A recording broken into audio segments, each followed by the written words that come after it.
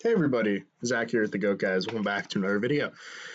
Today we're going to do a deck profile of a very casual deck. Please keep that in mind because I can't remember what deck we posted back in the day. I don't know if it was Nick's Warrior Monarch deck or Ancient Gears or one of them. Someone was like, quit posting casual freaking decks because it gives people a false sense of the format. Cool. I don't care. This is a casual deck. If you don't like it, bye-bye. Anyway. Before I get into the profile itself, we have a Discord. Check it out in the first link in the comment section below, or in the description, sorry. And I'd also like to shout out Genzo and Tonic. If you guys check the channel header, there's a header that he made for us there. And I really appreciate that, dude. So whenever you see this video, thank you again. Is there anything else I wanted to say? Oh, yeah. For the second week of January, we're probably only going for one video this week because Lawrence and I want to remake the introduction to GOAT video that we made when we first started the channel. Because let's be honest, that video is awful, and we screwed it up really bad too. I went back and watched it, and I'm like, how did we be perfectly fine with posting that?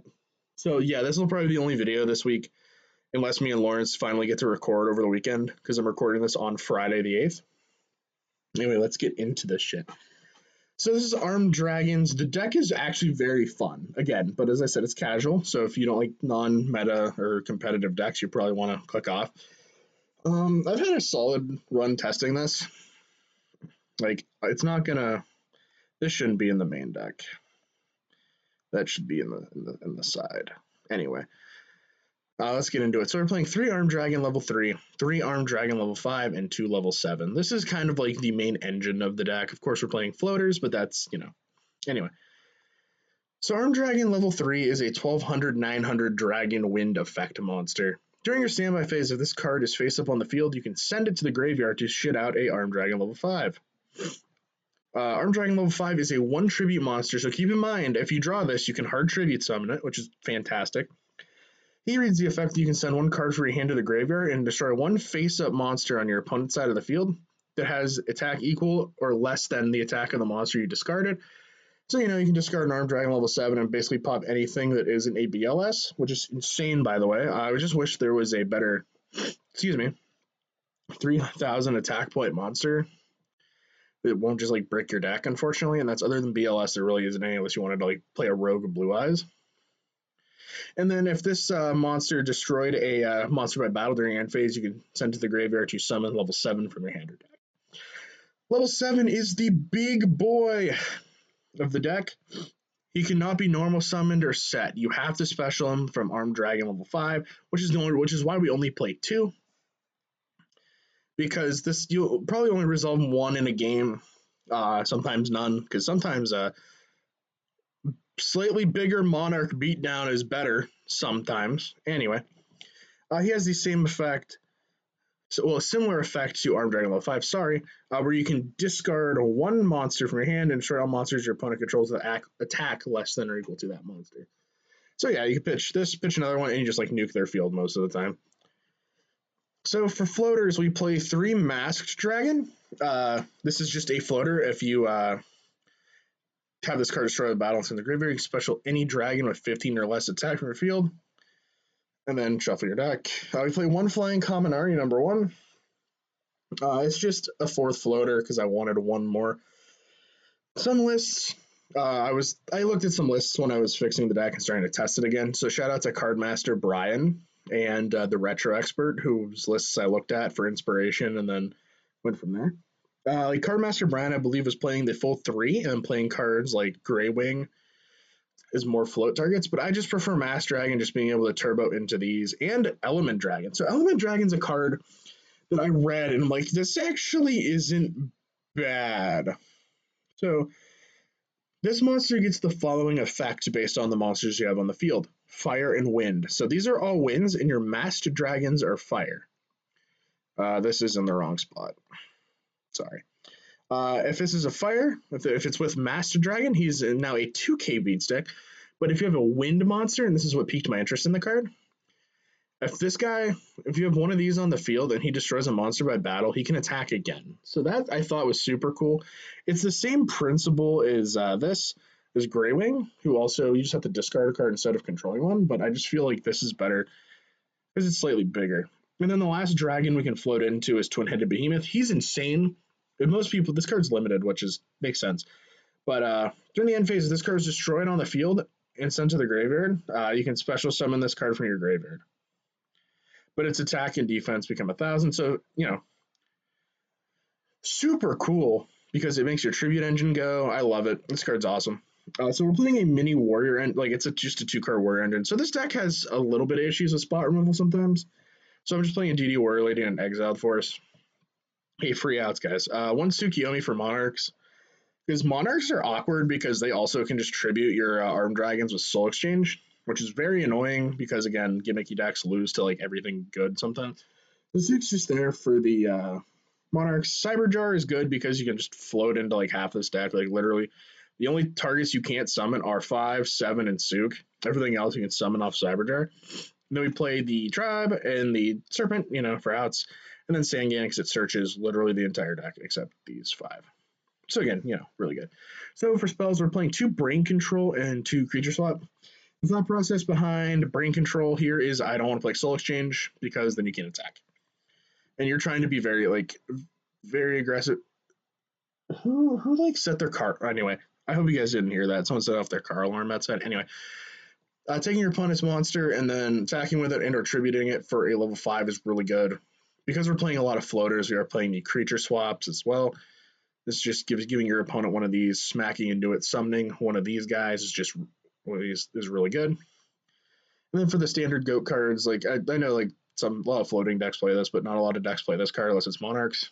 Greed, Charity Duo, Premature Burial, Steel, Double Knock, Heavy Storm, and the card destruction. So you can see there's no MST in here. And that is just because this deck specifically, I wanted to play 40. Also, this card has come in and out of the list about 17 times. So, MST you can easily put in over one of the Sack Armors, the Cyberjar, the Sook. This is a very casual deck, and there's so many different ways you can play it. You can play Metamorphosis builds. I saw that on the Retro Expert channel. By the way, he should come back to YouTube. He made some really cool decks. Anyway, onto the trap cards. You can also cut the card destruction for it as well.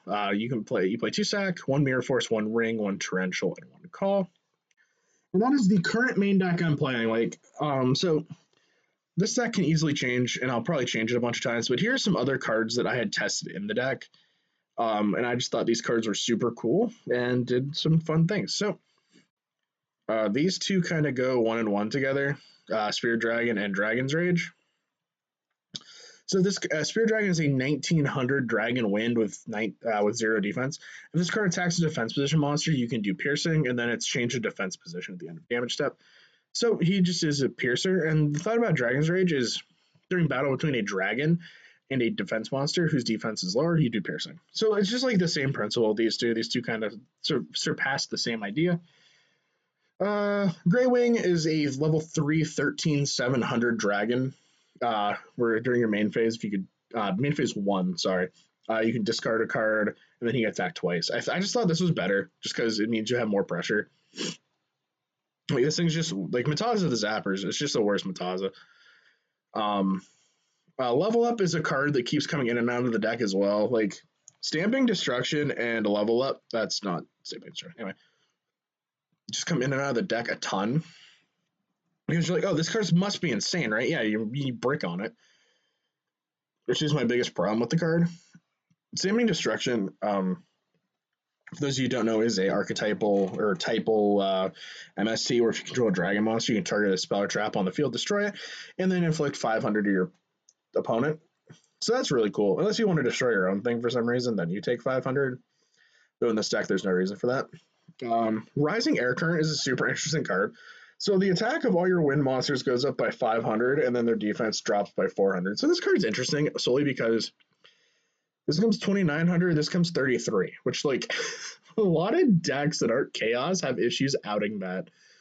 And it just puts so much pressure on. And it's also, funnily enough, really good against Gravekeepers because of the Goat format field spell rule.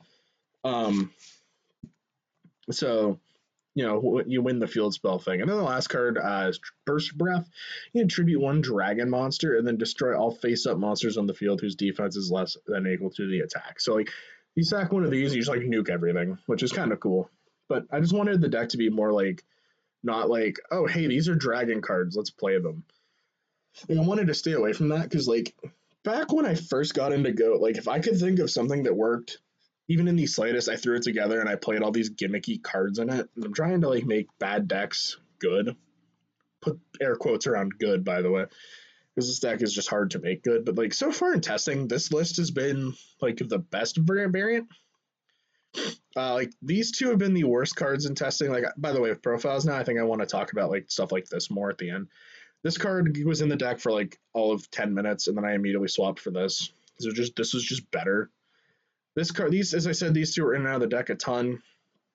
So sometimes like I will throw two in there and make it 42. Same with this. Or we'll cut like card destruction and souk and stuff like that. Anyway, I've rambled enough. Thank you guys so much for watching the video. If you liked it, consider leaving a like and subscribing. If you have suggestions, as I always say, I'm open to hearing anything you have to say. Be sure to, as I said in the beginning, be sure to check out Jinzo and Tonic for all their help. Be sure to check out all the great GOAT channels in my description box below. They all deserve the same support I get because they are fantastic. Thank you guys for watching. We'll see you guys in the next one. Peace.